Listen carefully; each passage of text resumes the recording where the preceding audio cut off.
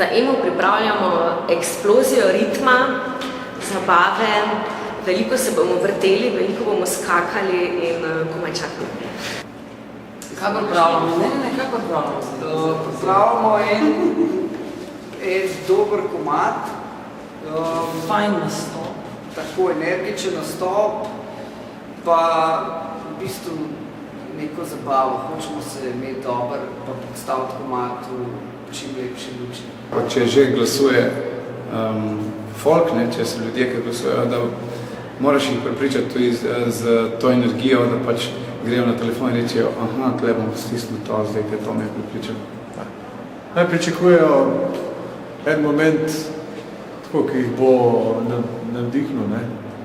En nov navdih za mogoče naslednjo uro ali pa pol ure, ne?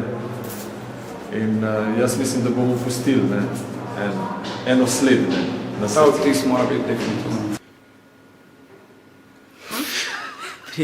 Pripravljamo novo pesem v evrovizijskih omejitvah. Nam je ful dober komad.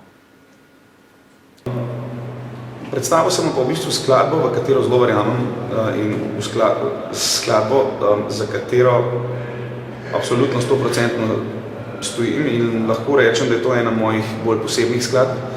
Napisal sem jo na vlaku v Londonu. In tekst in melodijo. In moram reči, da ima zaradi tega še posebej, kako bi rekel, neko tako sentimentalno vrednost za mene, ne? Pokličite za nas, pokličite kaj, ne?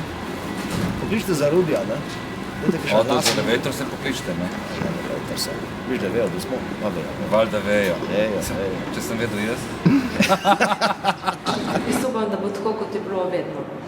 Da bom pač tisto enako svežino, kot sem vedno odpela prvo skladbo prvič, lahko to naredila tudi tokrat in da bo pač prišla iz srca.